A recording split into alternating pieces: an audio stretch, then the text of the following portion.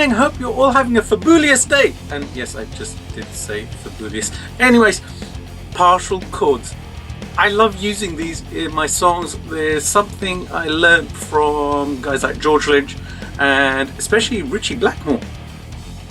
Yeah, Deep Purple stuff, you know, Smoke on the Water. Which other songs? Burn. You know, he used them a lot. And the reason I like using partial chords is because you can create some really, really intricate rhythms with them.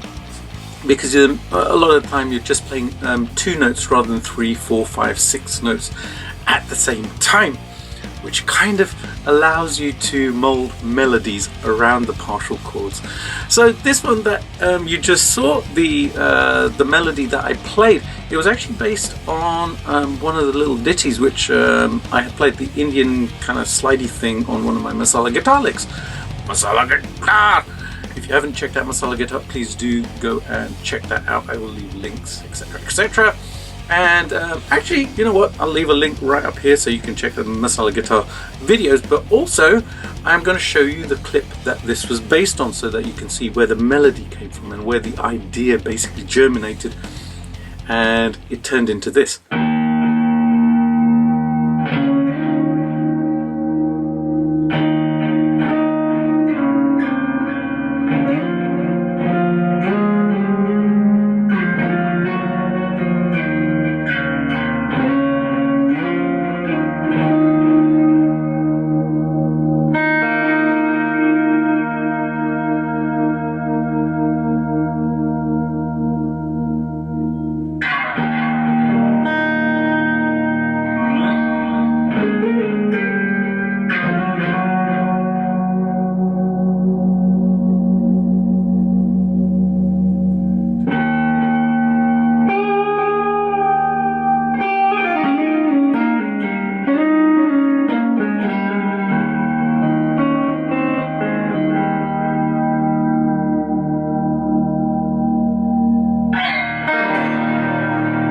Which was very, very cool. I love the way it kind of flows, and you know, there are some discordant sounds in there, but then it kind of comes back, etc, etc.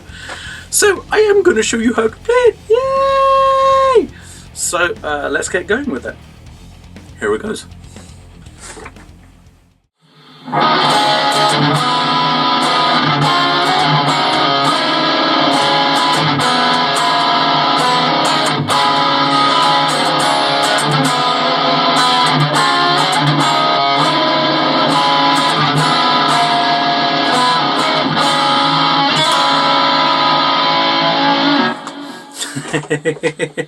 Cool little ditty there, right? And it's basically made up of partial chords. And today I am playing my ESP LTD GL256, which I have changed a little bit many moons ago. Anyways, so I was playing in the key of, well, technically it's C sharp minor. I called it D minor. I'm tuned down half a step.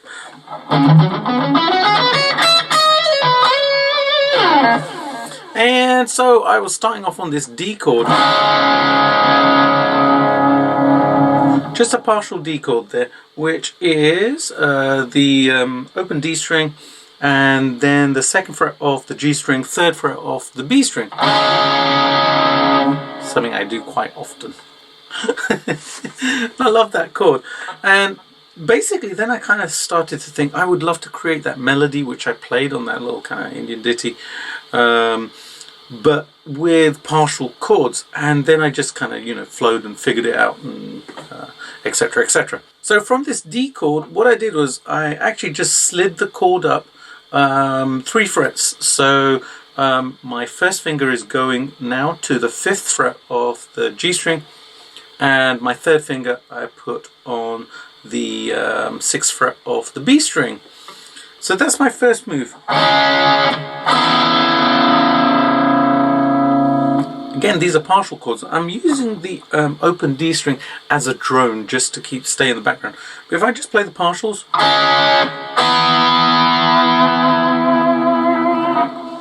we get that. Alrighty, then I was playing around with the melody, and I kind of figured that actually the melody goes,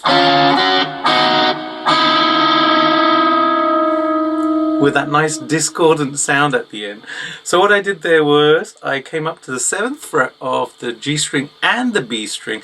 Now I'm using my first finger to bar this off, because what I'm going to do is play this, the 7/7, G string, B string, and then I'm going to go to the 8th fret of the B. So that's my first move. I then went to the G string. So I'm going to change the note on the G string now. So I'm going to go to the 9th fret of the G. So I'm playing the 9th fret of the G and the 8th fret of the B. Now the next note was this one. So I figured I could do, but that kind of sounds pretty standard. So what I did was I stuck with the 9th fret of the G and I went to the 6th fret of the B. So you get that discordant sound. And in context it sounded great.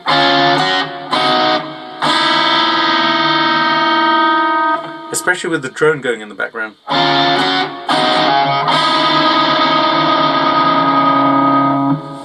It's very, very cool.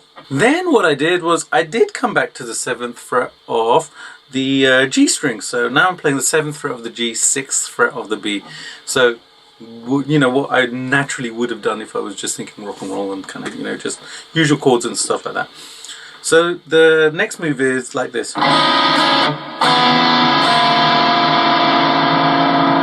So what I'm doing is I'm staying on the 6th fret, but I'm changing the notes on the G string. So I'm going to stay with the 6th fret of the B throughout this. And first I'm going to do the 7th fret of the G string. Then I'm going to change that to the 5th fret of the B string. So my fingering changes from here. So I'm using my second finger to go to the 7 on the G, first finger, 6 on the B. And then I change over so that my first finger is going to the 5th fret of the G string. My third finger is going to the 6th fret of the B. Now the reason I use my third finger there is because I'm kind of thinking in terms of this is a D chord shape. So I always use my third finger there. It also allows me to stretch out. If I use my first and second, then I've got to do that and it feels a bit awkward and clunky. So I use my third finger there. Alright, so I'm going to play this 5 and 6. And then I'm going to slide back to the 4th fret of the G string. So we got this chord. Again, it's a little bit kind of discordant. Alright, from there I finished off by doing this.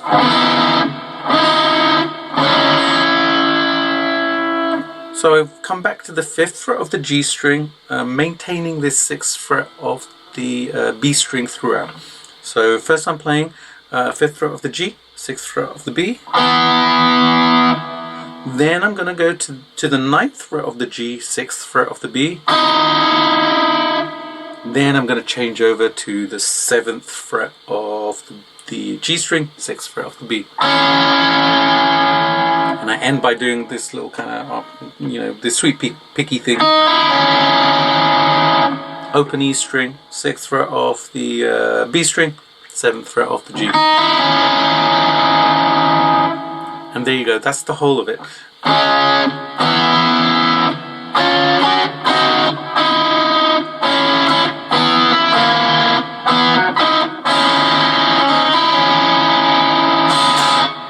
And there you go. And like I said, you know, the partial chords are used in so many songs. I mean, you Dokken fans out there will recognize this.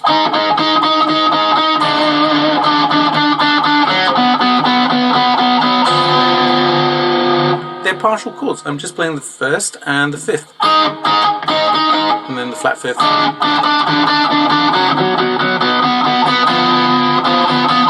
Etc, etc. Yeah, and also, like I mentioned earlier, Deep Purple, you know, Smoke on the Water. And Deep Purple as well, you know, Smoke on the Water.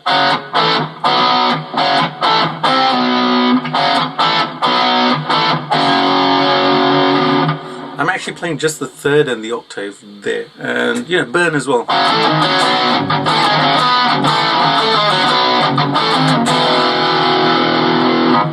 or partial chords. Very, very, very useful. So experiment with that and have some fun with it.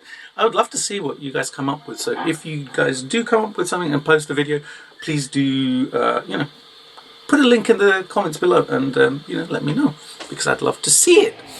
Alright guys, enjoy that. I am going to show you the playthrough, the whole playthrough of that song, which I did with the amazing, amazing Red Stuff Borderline amplifier, which is this little kind of 2x2.5 watt amp, which you can go and check out on my channel as well if you want to see what that does. If you haven't done so already, please do subscribe to the channel. It's much, much appreciated. Hit the bell notification as well so that you know when new videos come out, and give it a thumbs up as well and share it. It helps such a great deal and is much, much appreciated. And also, wow, I've got a lot to say right at the end of the video. You can also check out the lesson pack that I did with my buddy Nick Layton, the Sunset Strip Hard Rock Heroes course, if you want to learn some very, very, very awesomely cool George Lynch and Warren DeMartini licks. Couldn't say that. Warren DeMartini. There you go. Said it properly. Alright, you've been fantastic. I have been me, and I shall see you soon for another video. Have a fantastic day, guys, and here is the playthrough. Here we go.